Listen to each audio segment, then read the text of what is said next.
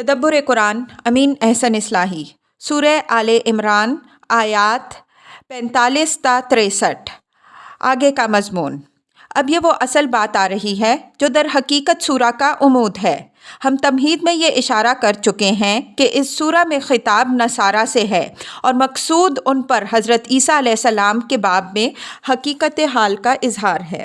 اوپر خاندان عمران کا شجرہ، حضرت مریم علیہ السلام کی ولادت اور ان کے بارے میں ان کی ماں کی نظر، حضرت زکریا علیہ السلام کے بیٹے کے لیے دعا اور حضرت یحییٰ علیہ السلام کی ولادت کے واقعات جو بیان ہوئے ہیں، سب حضرت عیسیٰ علیہ السلام کے ذکر کی تمہید و تقریب کے طور پر بیان ہوئے ہیں۔ اب آگے یہ بیان ہو رہا ہے کہ جس طرح فرشتے نے حضرت زکریا علیہ السلام کو بیٹے کی بشارت دی تھی، اسی طرح فرشتے نے حضرت مریم علیہ السلام کو بھی بشارت دی کہ ان کے ہاں اللہ کے کلمہ کن کے ذریعے سے ایک فرزند کی ولادت ہوگی جس کا نام مسیح عیسیٰ ابن مریم ہوگا۔ جس طرح حضرت یحییٰ علیہ السلام کے بابت ارشاد ہوا کہ وہ سردار، ضابط، نبی اور صالح ہوں گے، اسی طرح عیسیٰ علیہ السلام ابن مریم کے بابت فرمایا کہ دنیا اور آخرت دونوں میں باوقار، مقرب اور صالح ہوں گے۔ پھر جس طرح حضرت زکریا علیہ السلام نے اپنے بڑھاپے اور بیوی کے بانجھ پن کے باعث اس بشارت پر تعجب کا اظہار کیا، اسی طرح حضرت مریم علیہ السلام نے بھی تعجب کا اظہار فرمایا کہ جب انہیں کسی مرد نے ہاتھ نہیں لگایا تو انہیں اولاد کس طرح ہوگی۔ فرشتے نے جو جواب حضرت زکریا علیہ السلام کو دیا تھا، وہی جواب حضرت مریم علیہ السلام کو دیا کہ اصل چیز اللہ تعالیٰ کا حکم ہے۔ جب وہ کسی کام کرنے کا فیصلہ فرما لیتا ہے تو اس کو ہو جانے کا حکم دے دیتا ہے اور وہ ہو جاتا ہے۔ چنانچہ اسی کلمہ کن کے ذریعے سے وہ مسیح عیسیٰ ابن مریم علیہ السلام کو پیدا کرے گا اور ان کو کتاب اور حکمت کی تعلیم دے گا اور ان کو بنی اسرائیل کی طرف اپنا رسول بنا کر بھیجے گا۔ اس کے بعد 3 آیتوں میں حضرت عیسیٰ علیہ السلام کی زبان سے وہ ابتدائی پیغام ہے جو انہوں نے اپنی رسالت کے اثبات اور اس مقصد کے اظہار کے طور پر بنی اسرائیل کو دیا۔ پھر 2 آیتوں میں اس امر کا بیان ہے کہ جب بنی اسرائیل کے علماء اور فقیہوں نے اپنی ضد اور ہٹ دھرمی سے آپ کو مایوس کر دیا تو آپ نے ان کو چھوڑ کر ان غریبوں کو اپنا معتمد اور ساتھی بنایا جو ان پر ایمان لائے تھے، اور انہی کو اللہ کے دین کی نصرت و حمایت کے لیے کمر بستہ ہونے کی دعوت دی۔ چنانچہ یہی غریب لوگ آپ کے ساتھی بنے اور حضرت عیسیٰ علیہ السلام نے انہی کو تبلیغ دین کی مہم پر روانہ کیا۔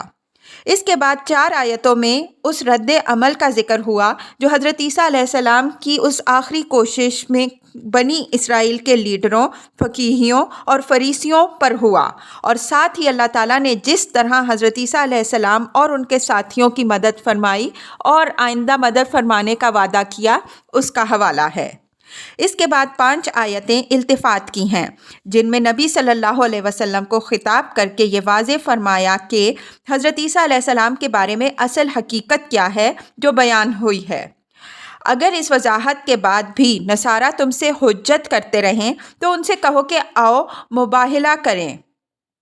اگر وہ اس سے بھی گریز کریں تو سمجھ لو کہ یہ پکے مفسد ہیں، ان کا معاملہ اللہ کے حوالے کر دو۔ اب اس روشنی میں آگے کی آیات تلاوت کیجیے۔ ارشاد ہوتا ہے، اعوذ باللہ من الشیطان الرجیم، بسم اللہ الرحمن الرحیم۔ اذ قالت الملائکۃ یا مریم ان اللہ یبشرکی بکلمۃ منہ اسمہ المسیح عیسی ابن مریم وجیہا فی الدنیا والآخرۃ ومن المقربین ویکلم الناس فی المہد وکہلا ومن الصالحین۔ قالت ربی انا یکون لی ولد ولم یمسسنی بشر قال کذالک اللہ یخلق ما یشاء اذا قضى امرا فانما یقول له کن فیکون۔ وَيُعَلِّمُهُ الْكِتَابَ وَالْحِكْمَةَ وَالتَّوْرَاةَ وَالْإِنْجِيلَ وَرَسُولًا إِلَى بَنِي إِسْرَائِيلَ أَنِّي قَدْ جِئْتُكُم بِآيَةٍ مِّن رَّبِّكُمْ أَنِّي أَخْلُقُ لَكُم مِّنَ الطِّينِ كَهَيْئَةِ الطَّيْرِ فَأَنفُخُ فِيهِ فَيَكُونُ طَيْرًا بِإِذْنِ اللَّهِ وَأُبْرِئُ الْأَكْمَحَ وَالْأَبْرَصَ وَأُحْيِي الْمَوْتَىٰ بِإِذْنِ اللَّهِ وأنبئكم بما تأكلون وما تدخرون في بيوتكم إن في ذلك لآية لكم إن كنتم مؤمنين ومصدقا لما بين يدي من التوراة ولأحل لكم بعد الذي حرم عليكم وجئتكم بآية من ربكم فاتقوا الله وأطيعون إن الله ربي وربكم فاعبدوه هذا صراط مستقيم فلما أحس عيسى منهم الكفر قال من أنصاري إلى الله قال الحواريون نحن أنصار الله آمنا بالله واشهد بأننا مسلمون ربنا آمنا بما أنزلت واتبعنا الرسول فاكتبنا مع الشاهدين ومكروا ومكر الله والله خير الماكرين إذ قال الله يا عيسى إني متوفيك ورافعك إلي ومطهرك من الذين كفروا وجاعل الذين اتبعوك فوق الذين كفروا إلى يوم القيامة ثم إلي مرجعكم فأحكم بينكم فيما كنتم فيه تختلفون فأما الذين كفروا فأعذبهم عذابا شديدا في الدنيا والآخرة وما لهم من ناصرين وأما الذين آمنوا وعملوا الصالحات فيوفيهم أجورهم والله لا يحب الظالمين ذلك نتلوه عليك من الآيات والذكر الحكيم إن مثل عيسى عند الله كمثل آدم خلقه من تراب ثم قال له كن فيكون الحق من ربك فلا تكن من الممترين فمن حاجك فيه من بعد ما جاءك من العلم فقل تعالوا ندعو أبناءنا وأبناءكم ونساءنا ونساءكم وأنفسنا وأنفسكم ثم نبتهل فنجعل لعنة الله على الكاذبين إن هذا لهو القصص الحق وما من إله إلا الله وإن الله لهو العزيز الحكيم فإن تولوا فإن الله عليم بالمفسدين۔ ترجمہ: یاد کرو جب فرشتوں نے کہا اے مریم اللہ تمہیں اپنی طرف سے ایک کلمے کی خوشخبری دیتا ہے، اس کا نام مسیح عیسیٰ ابن مریم ہوگا، وہ دنیا اور آخرت دونوں میں ذی وجاہت اور اللہ کے مقرب بندوں میں سے ہوگا، وہ لوگوں سے گہوارے میں بھی بات کرے گا اور ادھیڑ ہو کر بھی، اور وہ صالحین کے زمرے میں سے ہوگا۔ وہ بولی کہ اے میرے پروردگار میرے کس طرح لڑکا ہوگا جبکہ کسی مرد نے مجھے ہاتھ تک نہیں لگایا؟ ارشاد ہوا اسی طرح اللہ پیدا کرتا ہے جو چاہتا ہے، جب وہ کسی امر کا فیصلہ فرما دیتا ہے تو اس کو کہتا ہے کہ ہو جا سو وہ ہو جاتا ہے، اور اللہ تعالیٰ اس کو کتاب اور حکمت تورات اور انجیل سکھائے گا اور اس کو بنی اسرائیل کی طرف رسول بنا کر بھیجے گا۔ چنانچہ اس نے بنی اسرائیل کو دعوت دی کہ میں تمہارے خداوند کی طرف سے نشانی لے کر آیا ہوں، میں تمہارے لیے مٹی سے پرندے کی صورت بناتا ہوں، پھر اس میں پھونک مار دیتا ہوں تو وہ اللہ کے حکم سے واقعی پرندہ بن جاتی ہے، اور میں اللہ کے حکم سے اندھے اور کوڑی کو اچھا اور مردوں کو زندہ کر دیتا ہوں، اور میں تمہیں بتا سکتا ہوں جو کچھ تم کھاتے اور ذخیرہ کرتے ہو اپنے گھروں میں، بے شک ان باتوں کے اندر تمہارے لیے نشانی ہے اگر تم ایمان رکھنے والے ہو، اور میں مصداق ہوں اپنے سے پیشتر آئی ہوئی تورات کا، اور اس لیے آیا ہوں کہ بعض ان چیزوں کو تمہارے لیے حلال ٹھہراؤں جو تم پر حرام کر دی گئی ہیں، اور میں تمہارے پاس تمہارے خداوند کی طرف سے نشانی لے کر آیا ہوں، تو اللہ سے ڈرو اور میری اطاعت کرو، بے شک اللہ ہی میرا بھی رب ہے اور تمہارا بھی رب ہے، تو اسی کی بندگی کرو، یہی سیدھی راہ ہے۔ بس جب عیسیٰ نے ان کی طرف سے کفر کو بھانپ لیا تو اس نے دعوت دی کہ کون میرا مددگار بنتا ہے اللہ کی راہ میں؟ حواریوں نے جواب دیا کہ ہم ہیں اللہ کے مددگار، اور آپ گواہ رہیے کہ ہم مسلم ہیں۔ اے ہمارے پروردگار ہم ایمان لائے اس چیز پر جو تو نے اتاری، اور ہم نے رسول کی پیروی کی، سو تو ہم کو گواہی دینے والوں میں لکھ۔ اور انہوں نے خفیہ چالیں چلیں تو اللہ نے بھی ان کا خفیہ توڑ کیا، اور اللہ بہترین توڑ کرنے والا ہے۔ جب کہ اللہ نے کہا کہ اے عیسیٰ میں تمہیں قبض کر لینے والا ہوں اور اپنی طرف اٹھا لینے والا ہوں، اور جن لوگوں نے کفر کیا ہے ان سے تمہیں پاک کرنے والا ہوں، جن لوگوں نے تمہاری پیروی کی ہے ان کو قیامت تک کے لیے ان لوگوں پر غالب کرنے والا ہوں جنہوں نے تمہارا انکار کیا ہے۔ پھر میری طرف تم سب کا پلٹنا ہوگا اور میں تمہارے درمیان ان چیزوں کے بارے میں فیصلہ کروں گا جن میں تم اختلاف کرتے رہے ہو۔ تو جن لوگوں نے کفر کیا ان کو سخت عذاب دوں گا، دنیا میں بھی اور آخرت میں بھی، اور ان کا کوئی مددگار نہ ہوگا۔ رہے وہ لوگ جو ایمان لائے اور جنہوں نے نیک عمل کیے تو ان کو ان کا پورا اجر دے گا، اور اللہ ظالموں کو دوست نہیں رکھتا۔ یہ ہم تمہیں سنا رہے ہیں اپنی آیات اور اپنی پرحکمت یاد دہانی میں سے۔ عیسیٰ کی مثال اللہ کے نزدیک آدم کی سی ہے۔ اس کو مٹی سے بنایا، پھر اس کو امر کیا کہ ہو جا تو وہ ہو گیا۔ یہی بات تمہارے رب کی طرف سے حق ہے، تو تم شک کرنے والوں میں سے نہ بنو۔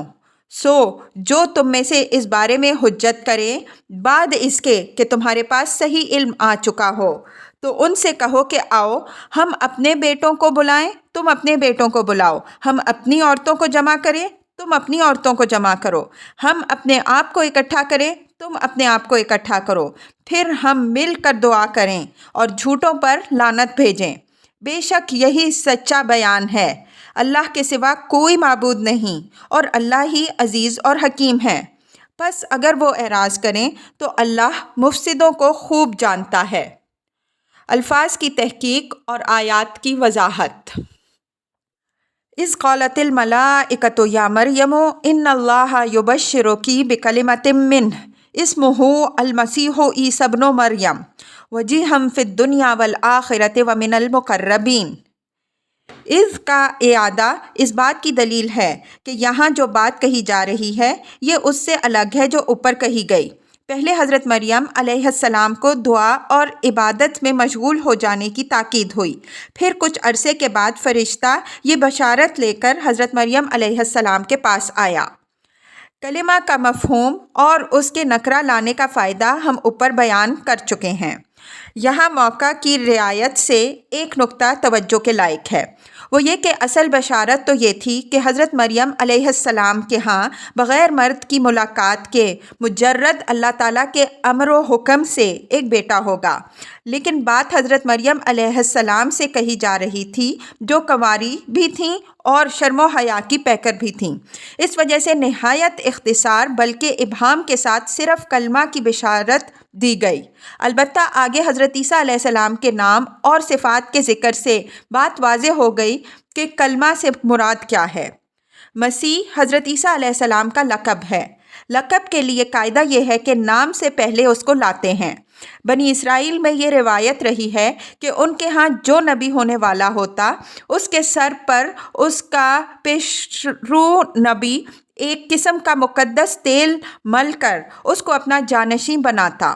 جب نبوت کے ساتھ ساتھ ان کے ہاں بادشاہی کا سلسلہ شروع ہوا تو مسح کرنے کی یہی روایت بادشاہوں کے لیے بھی اختیار کی گئی۔ جو وقت کا نبی ہوتا وہ ہونے والے بادشاہ کے سر پر مقدس تیل ملتا، جس سے واضح ہو جاتا کہ یہ مستقبل کا بادشاہ بھی ہے اور خدا کا برگزیدہ بھی۔ تورات سے معلوم ہوتا ہے کہ طالوت اور حضرت داؤد علیہ السلام کو سموئیل نبی نے اسی طرح معمور کیا تھا۔ حضرت مسیح علیہ السلام کے بارے میں انجیلوں میں سے یہ تو ثابت ہے کہ حضرت یحییٰ علیہ السلام نے ان کو تسمہ دیا، لیکن تیل ملنے کا کوئی ذکر نہیں۔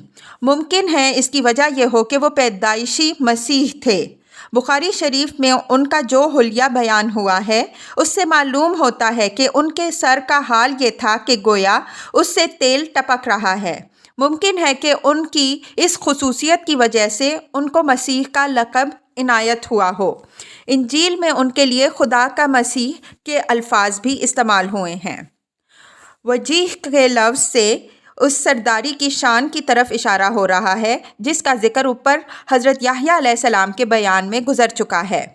لوکا کی روایت سے معلوم ہوتا ہے کہ 12 سال کی عمر میں حضرت مسیح علیہ السلام نے پہلی بار ہیکل میں تعلیم دی، لیکن اس کم سنی کے باوجود ان کی تعلیم کی حکمت و معرفت، کلام کی بلاغت و جزالت اور لب و لہجہ کی عظمت و جلالت کا عالم یہ تھا کہ فقیہ اور فریسی، سردار کاہن اور ہیکل کا تمام عملہ دم بخود رہ گیا۔ وہ حیرانی کے عالم میں ایک ایک سے پوچھتے پھرتے تھے کہ یہ کون ہے جو اس شکوہ سے بات کرتا ہے کہ معلوم ہوتا ہے کہ آسمان سے اس کو اختیار ملا ہو۔ یہودیہ کی بستیوں میں جب انہوں نے تبلیغ شروع کی تو ایک سرے سے دوسرے سرے تک ہلچل مچ گئی، خلقت ان پر ٹوٹی پڑتی تھی۔ فقیہ اور فریسی سب پر ایک سراسیمگی کا عالم تھا۔ وہ ان کو زج کرنے اور عوام میں ان کی مقبولیت کم کرنے کے لیے ان سے طرح طرح کے سوالات کرتے، لیکن سیدنا مسیح علیہ السلام دو لفظوں میں ان کو ایسے دندان شکن جواب دیتے کہ پھر ان کو زبان کھولنے کی جرت نہ ہوتی۔ تھوڑے ہی دنوں میں ان کی وجاہت کا یہ غلغلہ ہوا کہ عوام ان کو اسرائیل کا بادشاہ کہنے اور ان کی بادشاہی کے گیت گانے لگے، یہاں تک کہ رومی حکام ہیروڈیٹس اور پیلاطوس کے سامنے بھی یہ مسئلہ ایک نہایت اہم مسئلے کی حیثیت سے آ گیا، لیکن وہ بھی اپنی تمام قوت و جبروت کے باوجود سیدنا مسیح علیہ السلام کی عظمت و صداقت اور ان کی بے پناہ مقبولیت سے مرعوب ہو گئے۔ اس وجاہت کا دوسرا پہلو یہ ہے کہ باوجود یہ کہ سیدنا مسیح علیہ السلام بن باپ کے پیدا ہوئے اور بن باپ کے پیدا ہونے والے کسی بچے کے لیے عام حالات میں کسی عزت و وجاہت کا تصور بھی نہیں کیا جا سکتا، لیکن حضرت مسیح علیہ السلام چونکہ اللہ تعالیٰ کے کلمہ کن سے پیدا ہوئے تھے، اس وجہ سے اس کا معجزانہ اثر یہ ظاہر ہوا کہ روز اول سے ان کو خلق کی نگاہوں میں وہ وجاہت حاصل رہی جو اس عہد میں کسی کو بھی حاصل نہیں ہوئی۔ وہ زندگی بھر اپنے جانی دشمنوں میں گھرے رہے، لیکن اس پہلو سے کسی کو ان پر طعن کرنے کی جرت نہیں ہوئی۔ یہود کے ایک گروہ نے اگر جسارت بھی کی تو بعد کے زمانوں میں کی، ان کے عہد مبارک میں کسی کو بھی اس قسم کی جرت نہ ہو سکی۔ ان کی اس وجاہت کی بشارت ان کی ولادت کی بشارت کے ساتھ ہی حضرت مریم علیہ السلام کو اس لیے دی گئی کہ ان کو اس پہلو سے کوئی خلجان نہ ہو کہ بن باپ کے پیدا ہونے کے سبب سے بچے کی یا خود ان کی وجاہت پر کوئی اثر پڑے گا۔ اس کا تیسرا پہلو یہ ہے کہ اس سے ان تمام خرافات کی تردید ہو رہی ہے جو انجیلوں میں مذکور ہیں کہ یہودیوں نے سیدنا مسیح علیہ السلام کے ناعوذ باللہ تماچے لگائے، ان کا مذاق اڑایا، ان کو گالیاں دیں، ان کے منہ پر تھوکا۔ ان خرافات کا اکثر حصہ، جیسا کہ ہم آگے واضح کریں گے، غلط ہے۔ اللہ کے رسولوں کے دشمن ان کی توہین و تحقیر کی جسارت تو کرتے ہیں، اور اس سلسلے میں ایک حد تک اللہ تعالیٰ کی طرف سے ان کو ڈھیل بھی مل جاتی ہے، لیکن یہ ڈھیل بس ایک خاص حد تک ہی ہوتی ہے۔ جب کوئی قوم اس حد سے آگے بڑھنے کی جسارت کرتی ہے تو اللہ تعالیٰ اپنے رسول کو اپنی حفاظت میں لے لیتا ہے اور اس ناہنجار قوم کا بیڑا غرق کر دیا جاتا ہے۔ آگے اس سنت اللہ کی ہم وضاحت کریں گے۔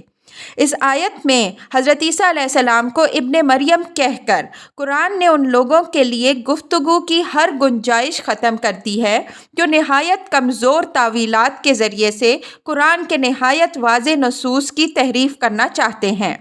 اگر حضرت عیسیٰ علیہ السلام کسی باپ کے بیٹے تھے تو آخر قرآن کو مسیح بن مریم کہنے کے بجائے ان کے باپ کی طرف ان کی نسبت کرنے میں کیا رکاوٹ تھی؟ قرآن بھی مسیح بن یوسف کہہ سکتا تھا، لیکن اس نے ایسا نہیں کیا۔ آخر کیوں؟ وَيُكَلِّمُ النَّاسَ فِي الْمَهْدِ وَكَهْلًا وَمِنَ الصَّالِحِينَ۔ سیدنا مسیح علیہ السلام کا گہوارے میں بات کرنا حضرت مریم علیہ السلام کی پاک دامنی کے اظہار کے لیے اللہ تعالیٰ کا ایک معجزہ تھا۔ اس معجزے کی بشارت بچے کی ولادت کی بشارت کے ساتھ ہی حضرت مریم علیہ السلام کو اس لیے دے دی گئی کہ وہ مطمئن رہیں کہ اللہ تعالیٰ نے اگر اپنی ایک عظیم نشانی کے ظہور کے لیے ان کو واسطہ بنایا ہے تو ان کے ناموس کو اعداء کی بد زبانیوں سے بچانے کے لیے بھی اس نے ایسا انتظام فرمایا ہے کہ کسی تہمت کے لیے کوئی گنجائش باقی نہیں رہے گی۔ اللہ تعالیٰ اپنے بندوں پر نہایت مہربان ہے۔ یہ کس طرح ممکن تھا کہ وہ اپنی ایک مومنہ و کائنہ بندی کو ساری خدائی کی تہمتوں کا ہدف بنا دے اور اس کی مدافعت میں کوئی ایسی زبان نہ کھولے جو سب کی زبانیں بند کر دے۔ کہل کے معنی ادھیڑ کے ہیں۔ موجودہ انجیلوں سے ایسا معلوم ہوتا ہے کہ حضرت عیسیٰ علیہ السلام ادھیڑ ہونے سے بہت پہلے دنیا سے رخصت ہو گئے تھے، لیکن قرآن کی اس آیت سے صاف معلوم ہوتا ہے کہ حضرت مریم علیہ السلام کو ضمناً حضرت عیسیٰ علیہ السلام کے کہولت تک پہنچنے کی بھی بشارت دی گئی تھی۔ رسولوں کے معاملے میں اللہ تعالیٰ کی جو سنت رہی ہے اس کے لحاظ سے یہی بات صحیح معلوم ہوتی ہے۔ انجیل میں بھی بعض اشارات اس کی تائید میں ہیں، مثلاً یوحنا باب 8 آیت 57 میں ہے، اور یہودیوں نے اس سے کہا تیری عمر تو ابھی 50 برس بھی نہیں ہے، پھر کیا تو نے ابراہیم کو دیکھا ہے؟ ظاہر ہے کہ یہ بات ایسے ہی شخص کو مخاطب کر کے کہی جا سکتی ہے جو 50 سال کے قریب پہنچ رہا ہو۔ گہوارے میں کلام کے ساتھ ان کے کہولت کے کلام کا حوالہ دینے سے یہ اشارہ نکلتا ہے کہ ان کی گہوارے کی بات بچوں کی سی نہیں ہوگی، بلکہ ان کے اندر بھی پختہ سن و سال کی دانائی ہوگی، اس لیے کہ یہ بات من جانب اللہ ہوگی۔ آخر میں وَمِنَ الصَّالِحِينَ فرما کر، جیسا کہ ہم اوپر اشارہ کر چکے ہیں، یہ واضح کر دیا کہ وہ صالحین کے زمرے میں سے ہوں گے، یعنی ان تمام کمالات و اوصاف کے باوجود یہ نہیں ہے کہ ان کو الوہیت کا کوئی درجہ حاصل ہو جائے، بس وہ اللہ کے صالح بندوں میں سے ہوں گے۔ قالت ربی انا یکون لی ولد ولم یمسسنی بشر قال کذالک اللہ یخلق ما یشاء اذا قضی امرا فانما یقول له کن فیکون۔ آیت 40 کے تحت اس آیت کے اہم اجزاء کی وضاحت گزر چکی ہے، البتہ اس میں اس کلمے کی وضاحت بھی ہو گئی ہے جس سے حضرت عیسیٰ علیہ السلام کی ولادت ہوئی۔ اذا قضی امرا فانما یقول له کن فیکون۔ اللہ جب کسی امر کا فیصلہ کر لیتا ہے تو اس کو حکم دیتا ہے کہ ہو جا تو وہ ہو جاتا ہے۔ وَيُعَلِّمُهُ الْكِتَابَ وَالْحِكْمَةَ وَالتَّوْرَاةَ وَالْإِنْجِيلَ۔ تورات اور انجیل کے الفاظ یہاں کتاب اور حکمت کی تفسیر کے طور پر ہیں، مطلب یہ ہے کہ اللہ تعالیٰ ان کو ان دونوں چیزوں کی تعلیم دے گا۔ سیدنا مسیح علیہ السلام جہاں تک کتاب و شریعت کا تعلق ہے حضرت موسیٰ علیہ السلام کی شریعت ہی کے پیرو اور دائی تھے، وہ تورات سے کوئی الگ شریعت لے کر نہیں آئے تھے۔ اس حقیقت کا اعلان بار بار بڑے زور اور تاکید کے ساتھ انہوں نے خود فرمایا ہے۔ انجیلوں میں ان کی تصریحات موجود ہیں، البتہ انہوں نے اس شریعت کی روح اور اس کی حکمت نہایت معجزانہ انداز میں بے نقاب فرمائی ہے، اور اناجیل در حقیقت ان کی انہی حکمتوں کا مجموعہ ہیں۔ یہود نے تورات کو بالکل بے روح احکام اور بے جان رسوم کا مجموعہ بنا کر رکھ دیا تھا، اس وجہ سے ان کی شریعت زندگی سے بالکل خالی، ان کے لیے صرف ایک بوجھ بن کر رہ گئی تھی۔ حضرت مسیح علیہ السلام نے اس کے اندر اپنی تعلیم حکمت سے زندگی پیدا کی، لیکن یہود نے اس کی قدر نہ کی۔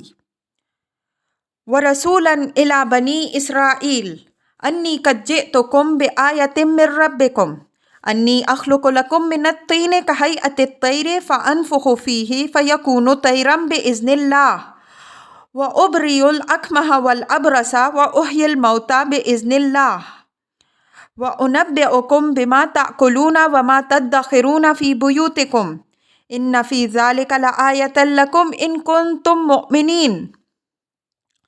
رسولاً سے پہلے ایک فعل محذوف ہے، یعنی یبعثہ رسولا۔ سیدنا مسیح علیہ السلام حضرت یحییٰ علیہ السلام کی طرح صرف ایک نبی نہیں تھے، بلکہ جس طرح حضرت موسیٰ علیہ السلام فرعون اور اس کی قوم کی طرف رسول بنا کر بھیجے گئے تھے، اسی طرح یہ بنی اسرائیل کی طرف رسول بنا کر بھیجے گئے تھے۔ رسول اور نبی میں فرق ہوتا ہے۔ رسول جس قوم کی طرف بھیجا جاتا ہے اس کے لیے خدا کی عدالت بن کر آتا ہے، اس کے لازماً اس قوم کا فیصلہ ہو جاتا ہے۔ اگر وہ ایمان لاتی ہے تو نجات پاتی ہے، اور اگر اپنے کفر پر اڑ جاتی ہے اور اپنی نبی کو گزند پہنچانے کی کوشش کرتی ہے تو فنا کر دی جاتی ہے۔ اس حقیقت کی طرف حضرت یحییٰ علیہ السلام نے مختلف اسلوبوں سے اشارہ فرمایا تھا، مثلاً یہ کہ میں تو تمہیں پانی سے بپتسمہ دے رہا ہوں، پر جو آ رہا ہے وہ تمہیں آگ سے بپتسمہ دے گا۔ یا یہ کہ اب درختوں کی جڑوں پر کلہاڑا رکھا ہوا ہے، یا یہ کہ اس کے ہاتھ میں اس کا چھاج ہوگا اور وہ اپنے کھلیان کو اچھی طرح پھٹکے گا اور گندم کو بھوس سے علیحدہ کرے گا۔ اس کی پوری تفصیل دوسرے مقام میں آئے گی۔ اس سے حضرت عیسیٰ علیہ السلام کی رسالت کا بنی اسرائیل کے لیے خاص ہونا واضح ہے۔ سیدنا مسیح علیہ السلام کا خود اپنا اعلان بھی یہی ہے۔ انہوں نے اپنے حواریوں کو تبلیغ دین کی مہم پر روانہ کیا تو ان کو غیر بنی اسرائیل کی طرف جانے سے نہایت صاف لفظوں میں روک دیا۔ انہوں نے فرمایا کہ میں صرف بنی اسرائیل کی کھوئی ہوئی بھیڑوں کی تلاش میں آیا ہوں۔ ایک غیر بنی اسرائیل عورت ان سے دعائے شفا کی طالب ہوئی تو انہوں نے اس کو جواب میں یہی کہا کہ بچوں کے حصے کی روٹی کتوں کے آگے ڈالنا ٹھیک نہیں۔ انجیل میں ضیافت والی جو تمثیل ہے اس میں بھی اسی حقیقت کی طرف اشارہ ہے۔ آپ کی دعوت جن معروفات پر مبنی تھی، یہ معروفات بنی اسرائیل کے لیے دلیل و حجت بن سکتے تھے، لیکن دوسری قوموں کے لیے ان کا سمجھنا ممکن نہیں تھا۔ اس وجہ سے یہ دعوت اپنی فطرت ہی کے لحاظ سے دوسری قوموں کے لیے بالکل ناموزوں تھی۔ چنانچہ واقعہ یہ ہے کہ دوسری قوموں نے جن کے سامنے یہ دعوت پیش کی گئی اس کو بالکل نہیں سمجھا۔ انہوں نے انجیلوں سے بس یہ سمجھا کہ حضرت عیسیٰ علیہ السلام نے بے شمار معجزے دکھائے ہیں۔ اس کا جو اثر ان پر پڑا وہ یہ کہ انہوں نے ان معجزات کے بل پر ان کو ایک معبود بنا کر رکھ دیا۔ انی قد جئتکم بآیۃ من ربکم، یہاں رسولاً الی بنی اسرائیل کے بعد حضرت مسیح علیہ السلام کی سرگزشت کا وہ سارا حصہ حذف ہے جو اس بشارت اور اس کے عملاً بنی اسرائیل کے سامنے دعوت رسالت لے کر اٹھنے کے درمیان کی مدت سے تعلق رکھنے والا ہے۔ قرآن نے انبیاء علیہم السلام کی سرگزشتوں کے بیان میں حذف کا یہ طریقہ بہت استعمال کیا ہے۔ اسی کا فائدہ یہ ہوتا ہے کہ قاری کی توجہ کلام کے اصل مقصد پر مرکوز رہتی ہے، کوئی زائد چیز بیچ میں مخل نہیں ہونے پاتی۔ یہاں بھی یہی صورت ہے۔ ان کے مقصد بعثت کو واضح کر دینے کے بعد گویا ان کو داعی بنا کر بنی اسرائیل کے سامنے کھڑا کر دیا کہ انہوں نے ان کو یہ دعوت دی اور اپنی رسالت کے ثبوت میں یہ نشانیاں دکھائیں۔ یہاں جو معجزات مذکور ہیں ان میں سے پہلے اور آخری کے سوا انجیل میں بھی سب مذکور ہیں۔ البتہ قرآن میں ان میں سے ہر ایک کے ساتھ بے اذن اللہ کی قید لگی ہوئی ہے، لیکن انجیل میں اس قسم کی تصریحات غائب ہیں، اس لیے کہ جب حضرت عیسیٰ علیہ السلام کے لیے خدا کا تصور پیدا ہو گیا تو اس قسم کے الفاظ خدائی کے تصور سے بے جوڑ سمجھ کر نکال دیے گئے ہوں گے۔ لیکن یہ لوگ کہاں کہاں حقائق کو چھپاتے۔ ان کی ساری کوششوں کے الرغم آج بھی انجیلوں میں توحید خالص کی ایسی شہادتیں موجود ہیں کہ حیرت ہوتی ہے کہ ان روشن شواہد کے ہوتے ہوئے نصارہ شرک میں کس طرح مبتلا ہو گئے۔ آگے بعض چیزوں کی طرف ہم اشارہ کریں گے۔ جئتکم بآیۃ، لفظ آیت کی تنکیر وحدت کو نہیں بلکہ تعمیم کو ظاہر کرتی ہے، یعنی میں اپنی رسالت کے ثبوت میں اپنے رب کی طرف سے نشانی لے کر آیا ہوں، اس سے قطع نظر کہ ان کی تعداد کیا ہے۔ وَمُصَدِّقًا لِمَا بَيْنَ يَدَيَّ مِنَ التَّوْرَاةِ وَلِأُحِلَّ لَكُمْ بَعْضَ الَّذِي حُرِّمَ عَلَيْكُمْ وَجِئْتُكُمْ بِآیَةٍ مِّن رَبِّكُمْ فَاتَّقُوا اللَّهَ وَأَطِیعُونِ۔ مصدقاً ہے تو حال، لیکن یہ محض مشابہت کی وجہ سے سابق جملے پر عطف ہو گیا ہے۔ اس کے دو مفہوم ہیں اور ان دونوں مفہوموں کی دوسرے مقام میں ہم وضاحت کر چکے ہیں۔ ایک یہ کہ میں تورات کی تصدیق کرتا ہوں، اس تصدیق کے شواہد انجیلوں میں موجود ہیں۔ حضرت مسیح علیہ السلام نے بڑے زور اور بڑی تاکید کے ساتھ یہ بات بار بار فرمائی ہے کہ میں تورات کو منسوخ کرنے نہیں بلکہ اس کو قائم کرنے آیا ہوں۔ انہوں نے یہ بھی فرمایا کہ آسمان اور زمین ٹل جائیں گے لیکن اس کا یعنی تورات کا ایک نقطہ بھی نہیں ٹل سکتا جب تک ہر بات پوری نہ ہو لے۔ انہوں نے عملاً جس شریعت کی خود پیروی کی اور جس کی پیروی کی ہدایت اپنے پیرووں کو دی وہ تورات ہی کی شریعت تھی۔ انہوں نے تورات پر جو اضافہ فرمایا ہے وہ شریعت کا نہیں بلکہ صرف حکمت کا ہے، اور اس اضافے کی نوعیت یہ ہے کہ انہوں نے تورات کے اس باطن کو کھول دیا ہے جس سے یہود کے علماء اور فریسیوں کی آنکھیں بند تھیں۔ ان کے نام لیواؤں نے تورات سے بغاوت کا اعلان تو پال کے زمانے سے کیا ہے۔ دوسرا یہ کہ میں تورات کی پیشن گوئیوں کا مصداق ہوں، میرے ظہور سے ان کی تصدیق ہوئی ہے۔ حضرت عیسیٰ علیہ السلام کے پیش رو نبیوں سے ایسی پیشن گوئیاں موجود تھیں جن کی بنا پر یہود کو ایک نبی کی بعثت کا انتظار تھا۔